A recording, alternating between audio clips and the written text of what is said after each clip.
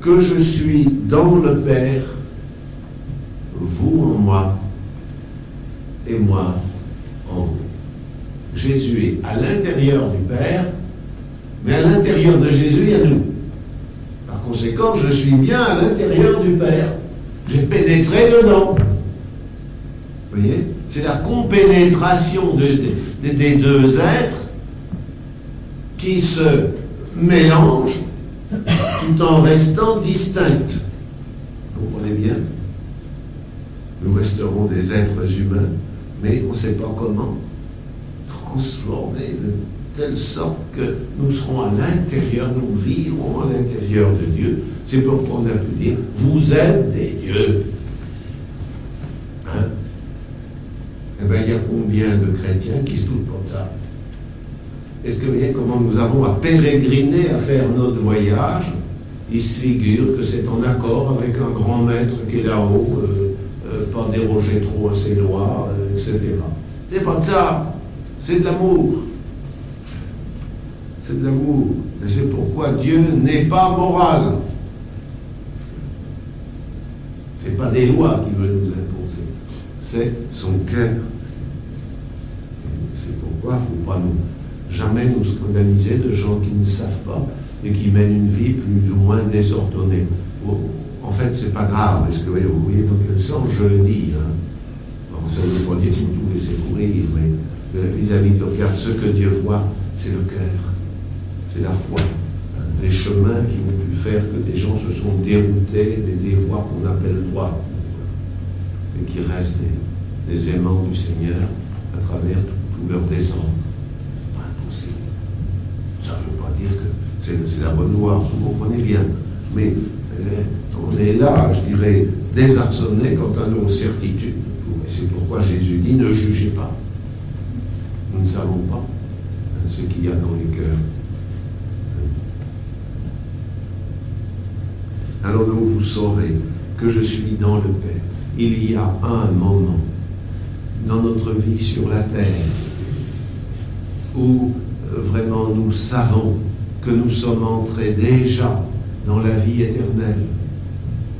Puisque la vie éternelle, c'est, nous dit Jésus, qu'ils te connaissent, toi. C'est-à-dire qu'ils soient plongés en toi, qu'ils soient mélangés leur vie à ta vie, toi, et celui que tu as envoyé, Jésus-Christ. Or, la foi nous projette dans les entrailles de Dieu. Tout acte de foi nous projette à l'intérieur de Dieu. Mais c'est sur la terre. Nous sommes bien à l'intérieur de Dieu par nos actes de foi répétés, mais nous n'en avons pas l'évidence. Ça reste obscur. Et il n'y aura donc pas de différence quand nous entrerons juste à l'instant de notre mort en Dieu. Il n'y aura pas de différence de qualité d'union tellement entre une âme en bon état de grâce, en bon amour de Dieu sur la terre, et une âme dans le ciel. Nous sommes déjà, c'est sur la terre que Jésus parle, vous saurez que je suis dans le Père, vous en moi et moi en vous. Dès cette terre, nous sommes dans le Père, par Jésus, en Jésus. Plus simple, je suis à l'intérieur de Jésus, et Jésus est dans le Père. Voilà. Je le sais. Seulement, je ne vois pas. Je le crois, je veux bien le croire, et je veux le croire tout court, mais je ne l'expérimente pas, je ne vois pas. Et alors quand je passe, quand je passerai à travers la mort, eh bien qu'est-ce qui se passera? Ma foi disparaîtra. Est-ce que j'aurai plus de foi? Pourquoi la foi disparaît au moment où on arrive par-delà la mort, à votre avis? Parce qu'on voit, la foi, c'est une espèce de, comment je dirais, d'organe qui nous est donné pour quand même adhérer à Dieu alors qu'on ne le voit pas. C'est un truc d'aveugle, ça. Une espèce de membre pour les aveugles, la foi. Imaginez un aveugle qui serait équipé d'un appareil qui lui permet de sentir parfaitement tout, de se conduire parfaitement, de sentir qu'il est à tant de millimètres de tel objet, tout ça en même temps, mais il ne voit pas. il se conduit parfaitement, ce que vous voyez. Il y a une espèce de mécanisme là qui remplace l'homme, mais il ne voit pas. Alors ça, quand j'arrive au ciel, ce mécanisme disparaît, la foi qui équipe mon intelligence disparaît, et c'est remplacé par autre chose. C'est pourquoi il y a quand même une différence de degré. C'est remplacé par autre chose que les théologiens appellent le lumen glorieux, la lumière de gloire. Je suis équipé alors d'un appareillage, d'un sens nouveau qui me permet de voir Dieu de la même manière que lui se voit.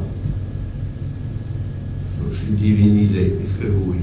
J'arrive à être presque comme de même nature que Dieu, presque comme de même nature.